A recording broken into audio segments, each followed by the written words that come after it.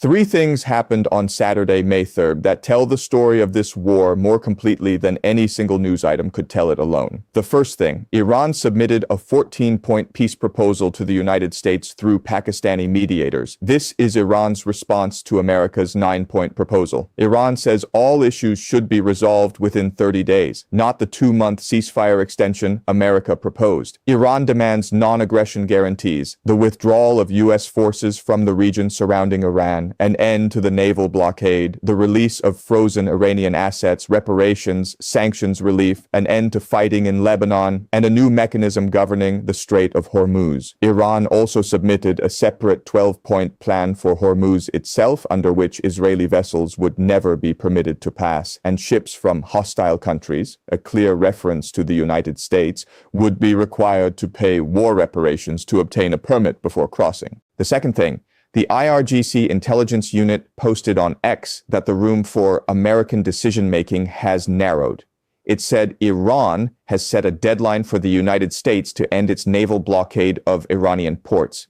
It said there has been a shift in Russia, China, and European countries' tone toward Washington. And it wrote, there is only one way to read this. Trump must choose between an impossible military operation or a bad deal with the Islamic Republic of Iran. Impossible military operation. Bad deal. Those are the only two choices Iran's intelligence apparatus is giving the most powerful military in the world. The third thing, Spirit Airlines grounded all operations on Saturday, becoming the first major U.S. airline to shut down in 25 years. The company had been in financial trouble before the war began, but a source familiar with the airline's deliberations told CNN directly, the shutdown is an example of how the conflict is putting pressure on American consumers. Jet fuel prices surged when Hormuz closed. Spirit's fuel costs became unsustainable. An airline that was already struggling became an airline that could no longer fly. Iran's 14-point proposal, IRGC's impossible or bad deal ultimatum. Spirit Airlines closed. Trump said, I will soon be reviewing the plan that Iran has just sent to us, but can't imagine that it would be acceptable in that they have not yet paid a big enough price for what they have done to humanity and the world over the last 47 years. They have not yet paid a big enough price. He posted that on Truth Social on Saturday, while Iran was submitting 14 points of peace demands, while the IRGC was posting about narrowed decision space,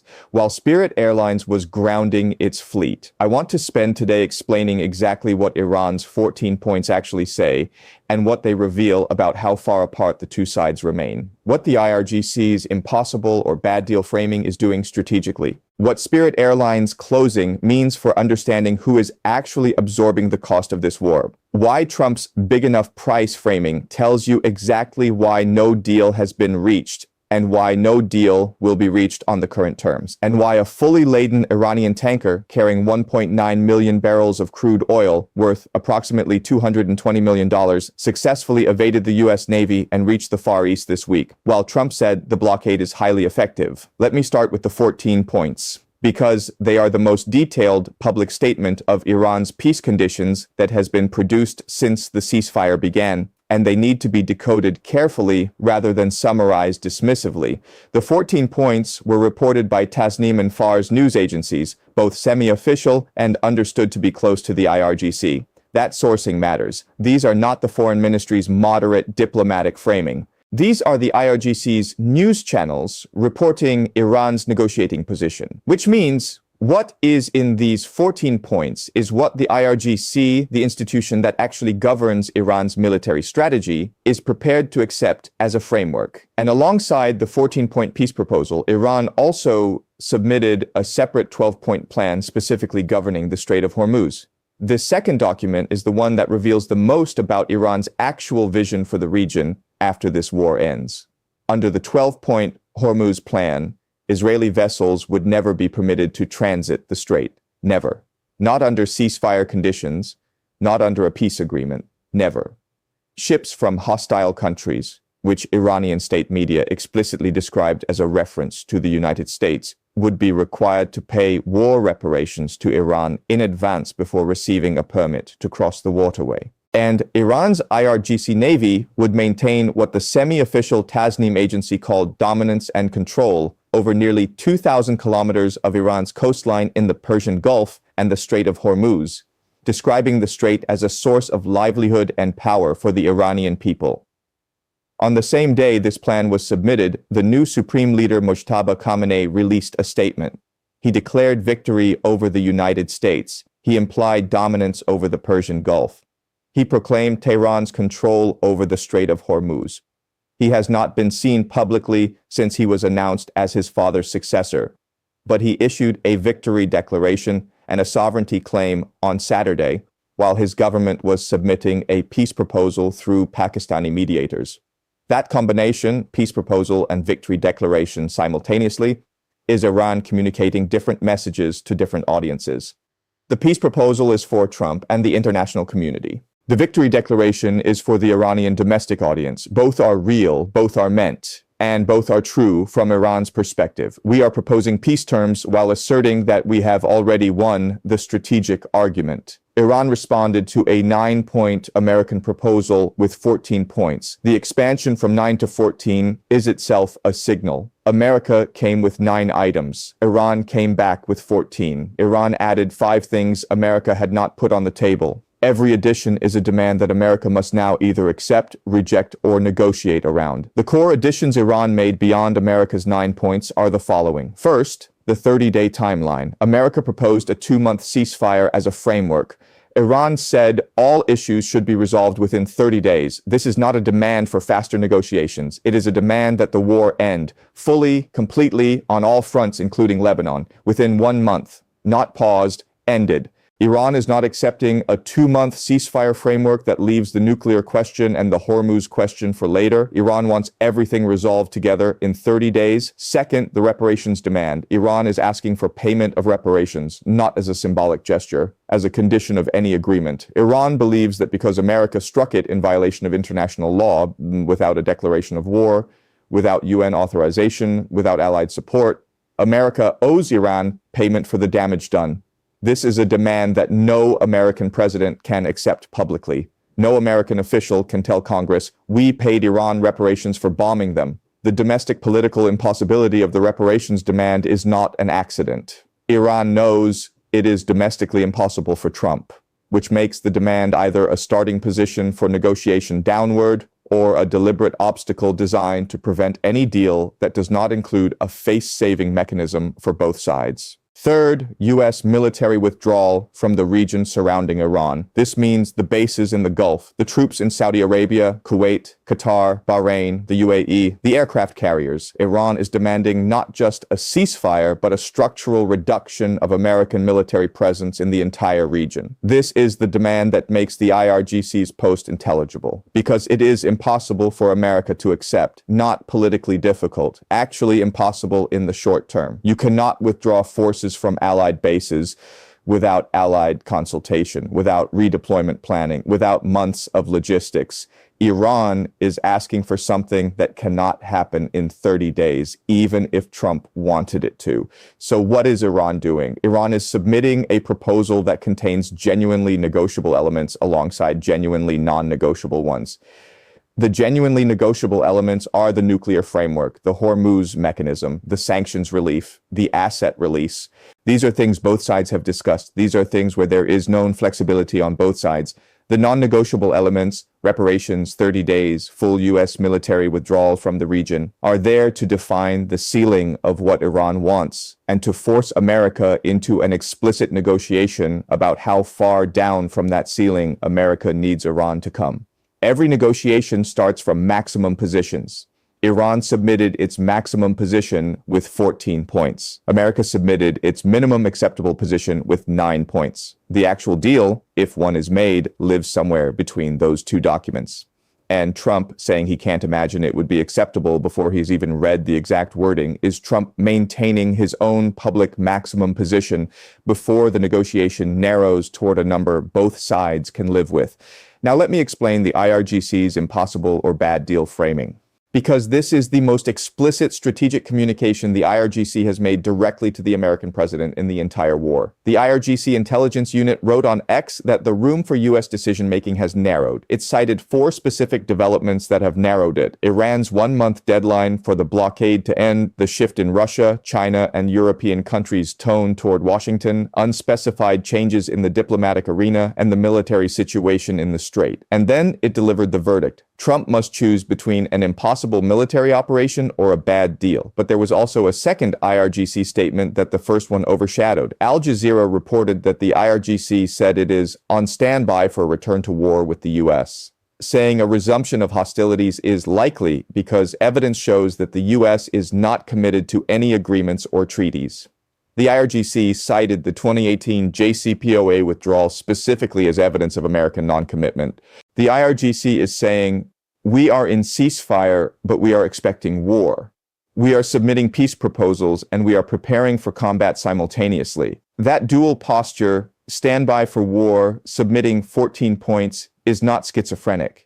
It is the rational posture of a military institution that has learned from 47 years of dealing with American policy reversals that you prepare for the worst while negotiating for the best. The IRGC is not surprised that the blockade continues during the ceasefire. The IRGC expected the blockade. The IRGC expected the war powers deadline to be ignored. The IRGC expected Trump to say, "Can't imagine," before reading the exact wording. None of this is surprising to the institution that has been studying American behavior since 1979. Read that framing again. The IRGC is not saying Trump must choose between war and peace. It is saying Trump must choose between an impossible military operation and a bad deal. Both options the IRGC is offering are explicitly negative from America's perspective. The military option is impossible. The deal is bad. Iran is telling America, there is no good outcome available to you from this position. Why is the military option impossible? The IRGC is saying that an attempt to escalate militarily, to restart the bombing campaign, or to take ground-based action cannot achieve its objectives at acceptable cost. Iran has survived 64 days of airstrikes, a naval blockade, 67% inflation, 2 million unemployed, and it is still submitting peace proposals and setting deadlines.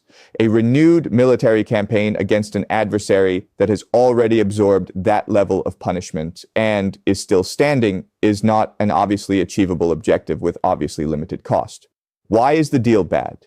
Because from the IRGC's perspective, any deal America will actually accept falls short of what the IRGC needs to claim victory domestically. A deal that does not include reparations, that does not include U.S. military withdrawal from the region, that does not restore Iran's full sovereign control over Hormuz, that is a bad deal from the IRGC's perspective, but it is the only deal America can sign. So the IRGC is describing a situation where America's 2 available choices are both losses: impossible military success or bad diplomatic outcome. And Iran's strategic goal is to ensure that the bad deal it accepts is less bad than it appears, that it contains enough that Iran can tell its people it won something real. Now let me talk about Spirit Airlines, because this is the story most people are treating as a business footnote. And it is actually the most direct, visible consequence of this war on ordinary American life produced by a single event. Spirit Airlines ceased operations on Saturday. It grounded all its planes, canceled all tickets, left passengers stranded at airports across the country. It became the first major U.S. airline to shut down in 25 years since Midway Airlines went under in 2001 following September 11th and the economic recession of that period.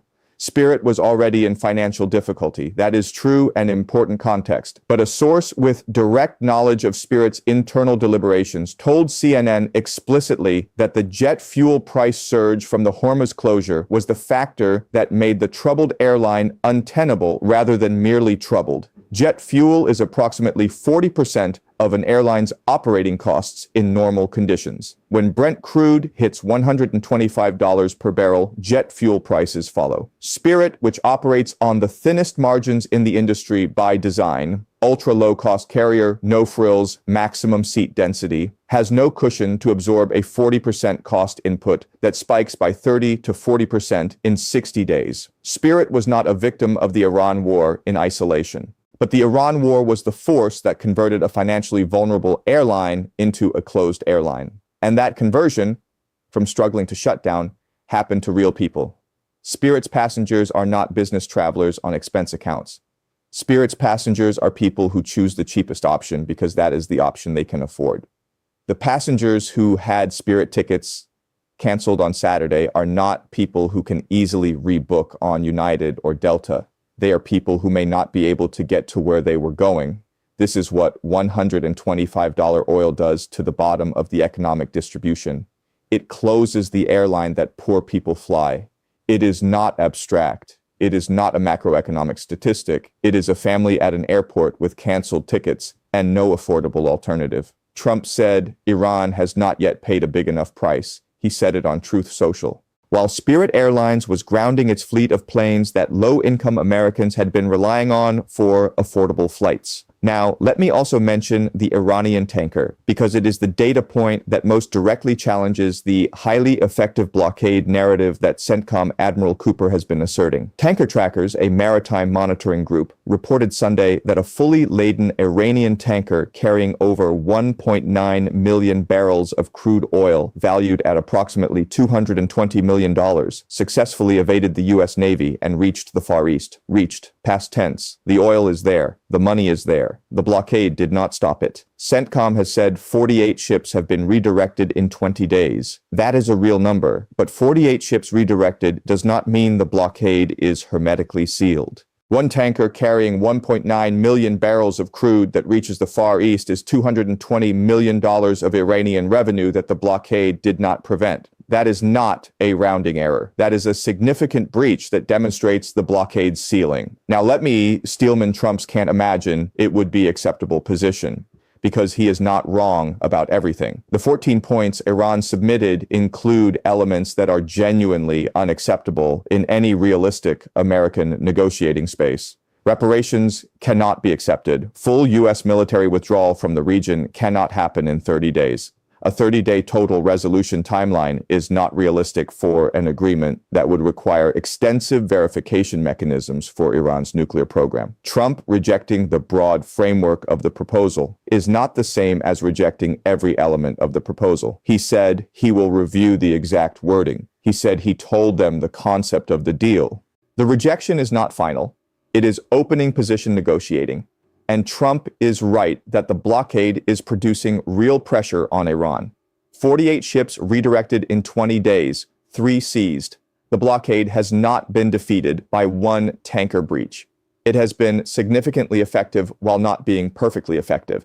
The difference between significantly effective and perfectly effective is where the policy debate should be focused, not the rhetorical question of whether the blockade is working at all. Here is where the Steelman collapses. Not yet paid a big enough price. That phrase is the problem, because it is not a negotiating condition. It is a statement of punitive intent. A negotiating condition says, we need Iran to give us X before we give them Y. A statement of punitive intent says, we need Iran to suffer more before we consider any deal at all. Those are different frameworks. A negotiating condition can be satisfied. A punitive standard cannot be satisfied because the person setting the standard decides when enough price has been paid, and there is no objective measure. Iran submitted 14 points. Some of them are genuine opening positions that can be negotiated down. Some of them are non-starters. But Trump's response, can't imagine it would be acceptable because they haven't paid enough, is not an engagement with the 14 points. It is a statement that the price has not been paid regardless of what the 14 points say. That response does not move the negotiation toward a deal. It announces that the deal is not available until more suffering occurs. Spirit Airlines is closed. An Iranian tanker with 1.9 million barrels reached the Far East. IRGC says impossible military operation or bad deal. Iran submitted 14 points while Hormuz ships down 90%. Nobel laureate Narges Mohammadi had a cardiac crisis in prison, and Iran's intelligence ministry is opposing her transfer for treatment. All of that happened on Saturday. While Trump said can't imagine it would be acceptable, watch whether the exact wording of the 14 points changes his assessment when he reads them carefully rather than reacting to the concept. And watch whether the Nobel Prize Committee's plea for Narges Mohammadi becomes a factor in any negotiation, because her deteriorating health in prison creates a specific international pressure point that neither side has yet used explicitly in the public diplomatic track. Let me explain who Narges Mohammadi is and why she matters to this story. Mohammadi is Iran's Nobel Peace Prize laureate. She won the Nobel in 2023 for her work fighting for women's rights and against the death penalty in Iran. She has been imprisoned, released, and imprisoned again multiple times by the Islamic Republic. As of Saturday, she was hospitalized after suffering a cardiac crisis and fainting. Her foundation said her health was at very high risk. Her Paris-based husband said Iran's intelligence ministry was opposing her transfer to Tehran for treatment by her own doctors. The Norwegian Nobel Committee issued a statement urging Iranian authorities to immediately transfer her to her medical team, saying her life was in their hands. A Nobel Peace Prize laureate suffering a cardiac crisis in an Iranian prison, with the intelligence ministry blocking her medical transfer on the same day, Iran submitted a 14-point peace proposal. That combination is the war's human dimension written in a single story. Iran's government is simultaneously proposing peace with America and blocking a Nobel laureate's medical transfer. Both are Iran. Both are happening simultaneously. The institution that submitted the 14 points is also the institution refusing to let a Nobel Prize winner see her doctors. That is the complexity that Can't Imagine It Would Be Acceptable does not capture. And it is the complexity that Spirit Airlines closing does not capture either. But together, the 14 points, the Nobel laureate, Spirit Airlines, the IRGC standby for war. They describe a situation that is too complicated to end with a Truth Social post and too expensive to continue indefinitely. And watch Spirit Airlines, not as a business story, as an indicator. It is the first visible institutional casualty of this war on American soil. It will not be the last if the blockade continues and oil stays above 100. Iran sent 14 points. IRGC said, choose between impossible and bad. Spirit closed. Trump said, can't imagine. The negotiation continues, the war continues, and the price is being paid by people on both sides who did not choose any of this. If you found this useful, push back on it in the comments. I will see you in the next one.